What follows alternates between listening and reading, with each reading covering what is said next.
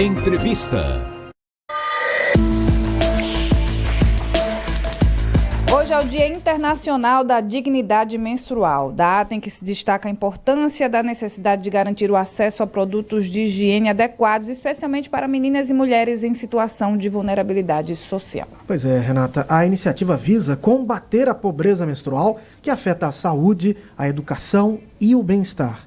Para falarmos sobre este assunto, nós vamos conversar com a enfermeira, coordenadora do curso de enfermagem do Uninasal Caruaru e doutora em saúde pública, Kelly Pessoa, que está conosco aqui no estúdio da cidade. Doutora Kelly, muito obrigado pela presença. Bom dia para a senhora. Bom dia. É muito bom sempre estar falando de saúde pública e em suas diversas nuances, né, para entender que saúde pública é muito além de qualquer doença, é questão de dignidade e qualidade de vida. E nós estávamos conversando aqui, né, Renata, que é um projeto bem recente, né, doutora? E aí a lei, né, ela é de 2021 e o decreto-lei, para a gente saber como utilizar isso, ele é a partir de 2023. Doutora, a gente, toda vez que fala sobre esse assunto, a gente fica sem acreditar que isso só está se tornando lei, né, de forma tão recente, porque isso é desde que o mundo é mundo que existem mulheres, né? E para chegar a esse momento, então... Muita gente até comparava, se dá preservativo, a pessoa pode ter a opção, né, de ter o ato sexual ou não. E a mulher ela não tem essa opção, né? Ela, todos os meses, ela menstrua. E nem todo mundo, a gente faz parte tão do dia a dia assim, que as pessoas acham que é muito simples, como um sabonete, um desodorante, né, um creme dental. Mas sim, gente, tem meninas e mulheres que não têm condições de ter um absorvente higiênico. E como isso atrapalha a vida. E é motivo, né, de tantas lutas, como a gente estava falando até agora, de tantas ONGs cobrando, até que de fato se transformou em lei. Eu queria que a senhora aproveitasse esse momento para dizer o que acontece com as mulheres que não têm acesso a esses itens. São várias questões, né? Tanto físicas mesmo como psicológicas, né? Dados da Unicef e da Federação Nacional, eles dizem que 1 em cada 4 adolescentes deixam de ir à escola, né? Adolescentes da escola pública deixam de ir à escola por falta de itens de absorventes mesmo, de itens de higiene pessoal. E aí eles deixam de ir à escola. Então, são em torno de 24 milhões no mundo, né, de pessoas que não têm condições financeiras de comprar esse item, que entre isso e comida, a comida é considerada o mais importante. Para as mulheres que não têm esse acesso, dificuldade de a coisas da vida diária, né, como propriamente sair de casa, sentar em algum lugar, né? Assim, cuidar dos filhos, cuidar da casa, como se você está o tempo inteiro se sujando de sangue, que é bem estigmatizado nessa essa questão. E, assim, a percepção das necessidades das outras pessoas leva tempo, né? Precisa de tanta briga para que as pessoas percebam que o que é muito fácil ou óbvio para algumas pessoas é tão determinante para outras. E aí eu lembro até de mim, quando criança, estava jogando numa quadra, acho que eu tinha 8 ou 9 anos, jogando numa quadra, e tinha uma adolescente, era um pouquinho mais velha que eu, mas estudava comigo ainda na escola, e ela, na quadra, correndo com a gente, caiu um pano, né, um pano sujo de sangue, e a gente não entendia, e depois ficou todo mundo rindo dessa menina, que nunca mais jogou. Né, eu lembro o nome dela... Não vou falar, nem sei, ainda tenho vontade de revê-la, do meu sertão, né, de Tuparetama, e de repente ela não tinha um absorvente, então ali eu não entendia, né, e acho que as crianças ali presentes também não entendiam, e ela não tinha o absorvente e caiu o pano dela sujo de sangue da roupa dela, que ela era evangélica e usava saia. E aí acho que talvez uma calcinha folgada ou alguma coisa, o pano não adaptado, né, que o absorvente vem com adesivo, que gruda melhor, e aí caiu, e assim, percebo o impacto na vida dessa adolescente, né, e a não percepção da gente, todo mundo criança, adolescente na época, e aí assim, a responsabilidade com a qualidade de vida das pessoas, né? A questão da saúde mesmo pública, que envolve essa saúde, tanto da higiene como a saúde mental, é determinante para que necessário tanta luta, tanta ONG, né? Tentando fazer com que isso seja um direito quando já está previsto na Constituição bem antes. Doutora, eu estava aqui pensando o seguinte, quando a gente está falando em vulnerabilidade, essas meninas e mulheres também certamente têm dificuldade para encontrar um elemento, um outro, para cumprir o papel do absorvente. A senhora falou sobre um pano, mas a gente já tem notícia de outras coisas utilizadas para conter ali o sangramento menstrual. E do ponto de vista da saúde, qual o risco de submeter essas mulheres, meninas e mulheres, a esse tipo de exposição da sua intimidade, da sua zona íntima, e de repente talvez esse pano que não foi tão bem higienizado, que não é próprio para isso, que riscos que a gente pode estar expondo essas meninas e mulheres? Doutora, eu lembro que uma discussão dessa aqui também, na rádio, alguém disse que as presas, né, às vezes usam pão, pedaço de pão, quando estão no período menstrual. É uma mucosa, né? O canal vaginal, por onde sai o ciclo menstrual, ele é uma mucosa. E mucosa absorve as coisas com muita facilidade. Então, de repente, você usa produtos assim, não higienizados, usa materiais inadequados. Já ouvi gente usar sabugo de milho, né? Já que a gente está nessa época de São João. Os materiais, eles são carregados de bactérias e fungos, que vão estar ali diretamente em contato com a mucosa vaginal, alterando, além do pH vaginal, que pode, por si só, já proliferar bactérias e fungos, também levando fungos e bactérias que não estão presentes naquela flora. E aí causar processos infecciosos, vaginose, que são os corrimentos vaginais, né, inflamações e infecções mesmo bacterianas purulentas. Aí nós estamos falando, então, do ponto de vista da saúde pública, enquanto dinâmica de serviço de saúde, nós estamos falando de uma iniciativa que também contribui para evitar que as mulheres fiquem doentes, para evitar que os gastos do Sistema Único de Saúde sejam maiores. Sem dúvida, a distribuição dos absorventes sai mais barato para o sistema do que tratar essas doenças. São vários pontos de vista, né? O impacto social, né, que a doutora citou aqui, um exemplo de constrangimento e tudo mais, o impacto nas atividades, né, porque mulheres deixam de fazer suas atividades, meninas têm evasão escolar, meninas deixam de ir para a escola, e a saúde pública.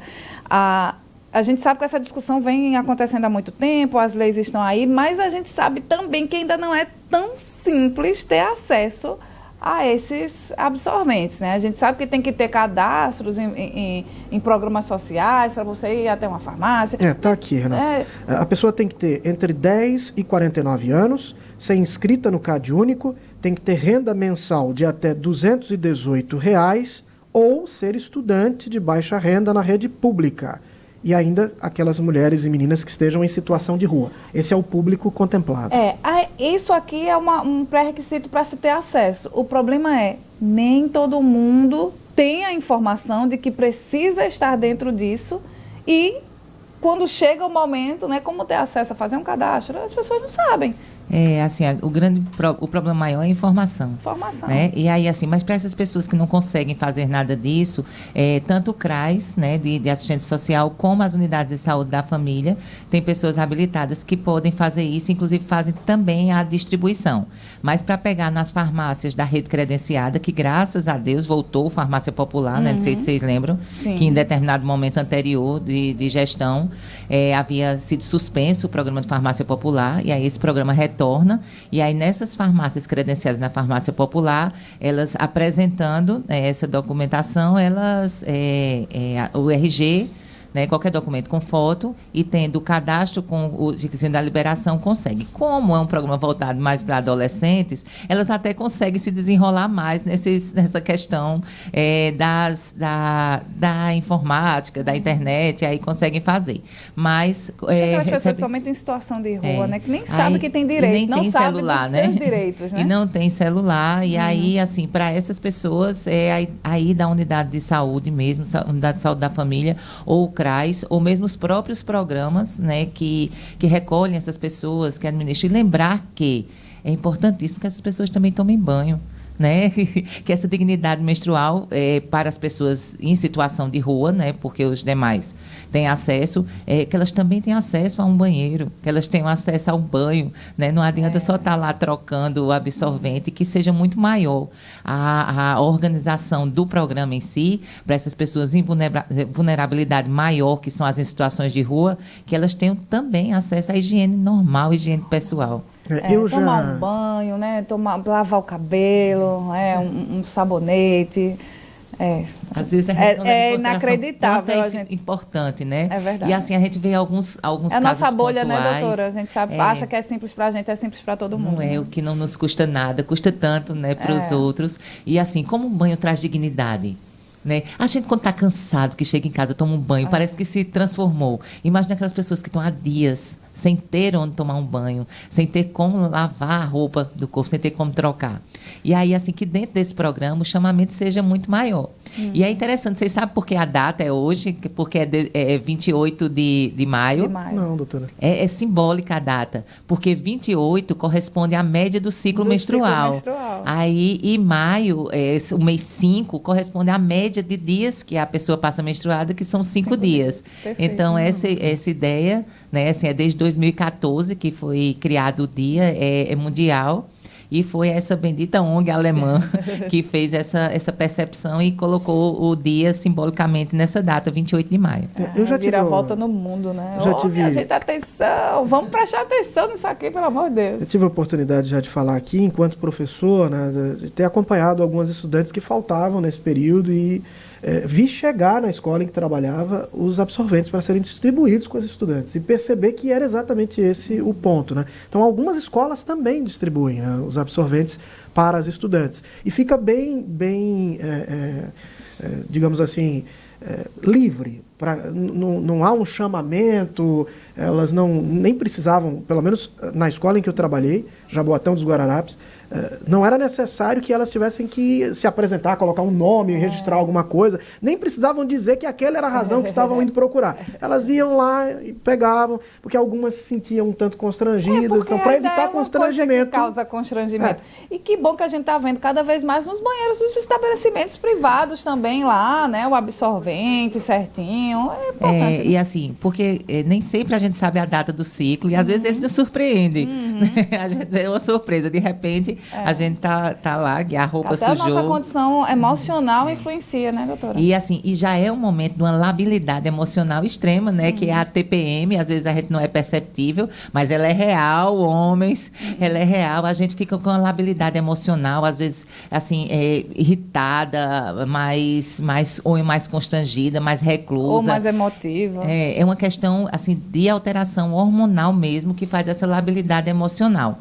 E além de ter que controlar toda essa questão hormonal, emocional, ainda ter a falta, a necessidade, e aí deixar nos banheiros, que a escola às vezes deixa lá nos banheiros, e em primeiro momento você achava que iam levar tudo. E quando a gente deixar no banheiro, alguém vai pegar e vai levar tudo. Ou vai usar para alguma brincadeira, alguma coisa. Não levam. As pessoas são respeitosas nessas situações. E aí a pessoa não precisa pedir, né? Que também às vezes é um constrangimento, né? Pedir aí, vai lá no banheiro, usa o seu absorvente e consegue, assim, se restabelecer e ter suas atividades normais, né? Que tudo que a gente quer é uma equidade, que é um pouco diferente de igualdade. Eu não sei se vocês veem esse conceito. Porque, às vezes, as pessoas têm direito às mesmas coisas, mas as oportunidades são diferentes. Ou seja, todos menstruamos, né? Mas umas pessoas menstruam, têm direito a comprar o melhor absorvente da farmácia, e outras pessoas menstruam sem ter nada para colocar, para evitar que o sangramento escorra pela perna. Então, equidade é garantir que todas consigam usar o absorvente. E é isso que a saúde pública vem buscando nos 3 princípios universais, que a gente luta tanto, né? Que seja universal, seja para todas, que seja igual mesmo e que seja equânime, que tenha equidade, para que todas tenham as mesmas oportunidades, mesmo em situações diferentes. Perfeito. Muito bem, doutora Kelly Pessoa conversou conosco, doutora em saúde pública, sobre o Dia Internacional da Dignidade Menstrual. Doutora, obrigado pela disponibilidade, por essa conversa e até uma próxima oportunidade. Eu que agradeço. Disposição sempre. Vamos ficando por aqui, 9 horas da manhã.